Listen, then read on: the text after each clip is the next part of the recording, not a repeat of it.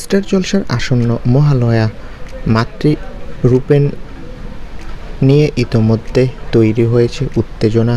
কোয়েল মল্লিক হচ্ছেন এবছরের মহিষাসুর,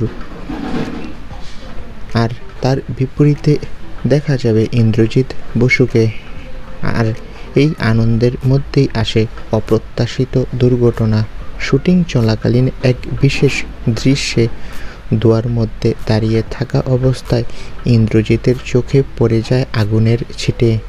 সঙ্গে সঙ্গে ইউনিটের সবাই ছুটে আসে। প্রাথমিক চিকিৎসা করা হয়, যদিও বড় ক্ষতি হয়নি। তবে চিকিৎসক আপাতত চোখে বিশ্রাম নেওয়ার পরামর্শ দিয়েছেন। ইন্দ্রজিৎ এখন কিছুদিন রেস্টে। তবে প্রোমো ইতিমধ্যে ভাইরাল। অভিনেতা ইন্দ্রজিৎ বসুকে আপাতত শুটিং ছেড়ে কয়েকদিন বাড়িতেই কাটাতে হবে তার এই দুর্ঘটনার জন্য। তো বন্ধুরা, তোমরা সবাই ইন্দ্রজিৎ বসুর জন্য প্রার্থনা করো, সে যাতে দ্রুত সুস্থ হয়ে আবারও শুটিং স্পটে ফিরতে পারে। আর আমাদের চ্যানেলটি সাবস্ক্রাইব করে রাখো। ধন্যবাদ সকলকে।